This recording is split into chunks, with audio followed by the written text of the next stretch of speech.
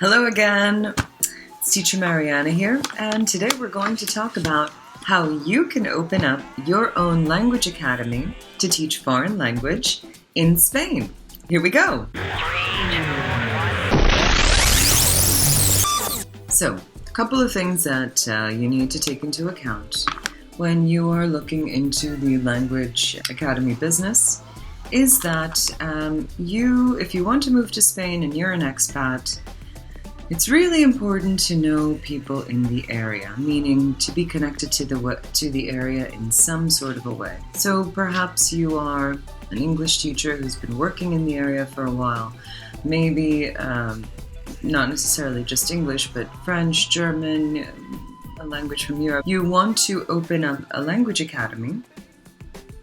So there are certain things that you have to keep in mind in terms of government, in terms of the place that you're going to rent, and in terms of taxes and, taxes.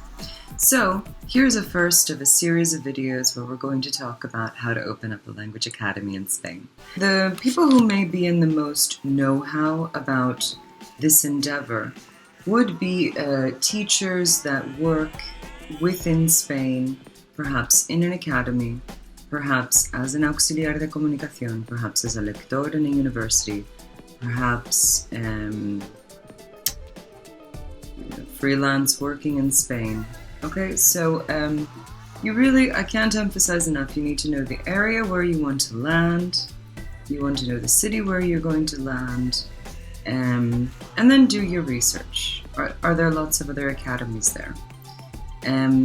If it's a small town and there are lots of other academies, then maybe it's not the best idea. If it's a big city, like Seville or Madrid or what have you, there are academies that are opening and closing all the time and there's plenty of business. So, you have to do a market study, obviously. Okay, tips I can give you. If you want to buy an existing academy, make sure that the activity that they used to do is the activity that you want to keep doing. So if that means that you want to open an academy that helps primary or secondary or high school students to do their homework, then if you wanted to buy an academy, make sure that the academy before used to do the same thing, because then when you transfer the title from the previous owner to the new owner, the activity will change and you will lose clients. Okay, so that's one thing to keep in mind, especially when you want to buy an academy from a previous academy owner and they're asking for a certain price. So you need to do your homework, okay? I can tell you about, and I'll put it on the links below, there are places online like TEFL.com, www.tefl.com, where it's a legitimate website. Employers pay to find teachers, to find administrative staff, as well as to sell and to buy academies. It's reputable because they abide by norms and regulations of academy life. Okay, they're not going to take you for a ride because they have a comparative study as to which academies cost what in which areas due to the square footage, due to the amount of students, due to the activity, due to lots of different factors. So you'll have to do a lot of research into whether you want to open to this academy in this area or not.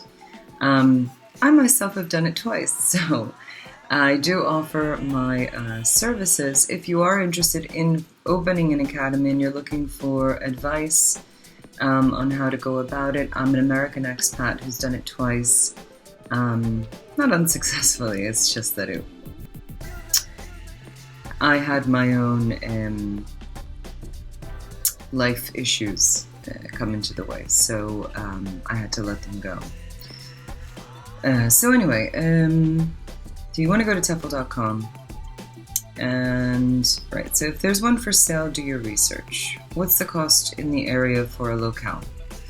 If the person that you're trying to buy from is trying to sell you for more than what an academy would be worth in your area, again, after having done your due diligence, and if the academy is going to change, well, then you've got some haggling space to bargain with the academy previous owner to lower that price.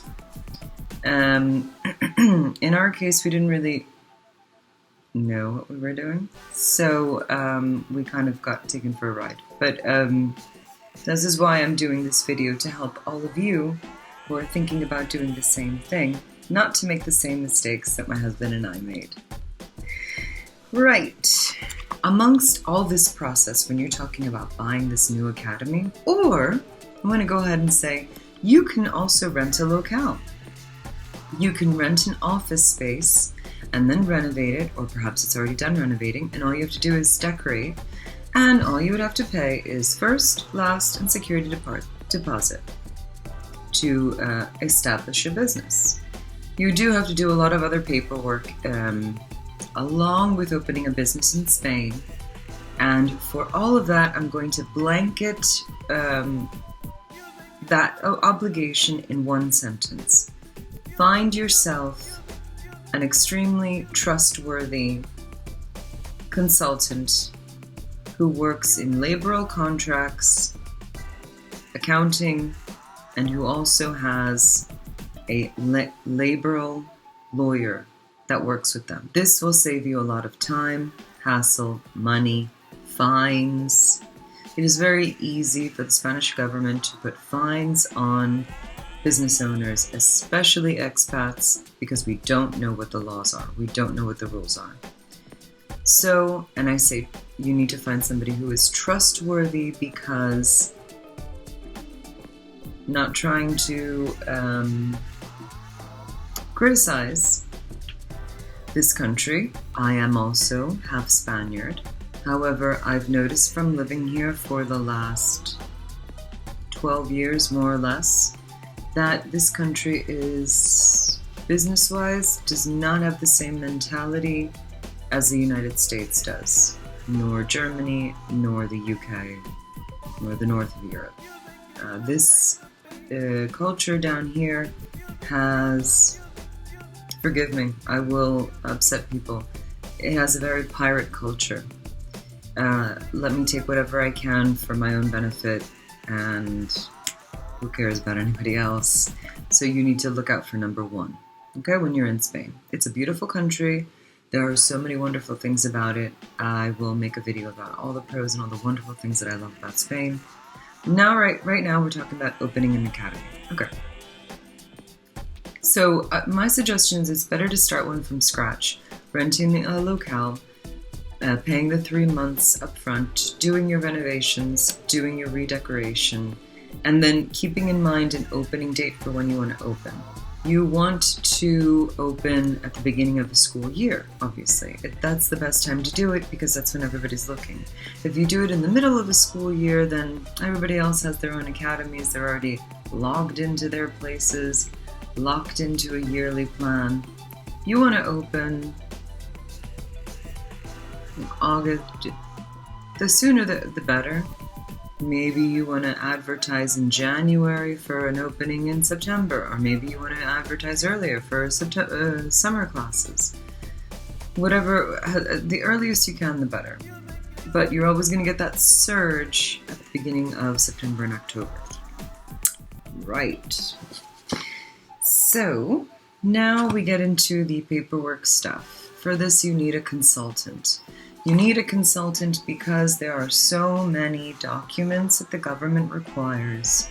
Some of them are called the Modelo 111, the Modelo 115, the Modelo 180, the Modelo 190, the Modelo 347, the Social Security that has to be paid every month on your employees, and the fact that you need to have contracts and pay stubs for all your employees every month.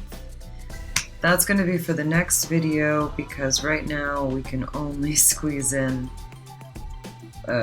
what to look for a location. So in the next video we'll talk about why it's so important to have a consultant and everything that the consultant will do in their contract and what they won't do, and what you may have to pay extra for, which will be in your best interest anyway. So thanks for watching, and I'll hit you back soon in a couple of days with the next video.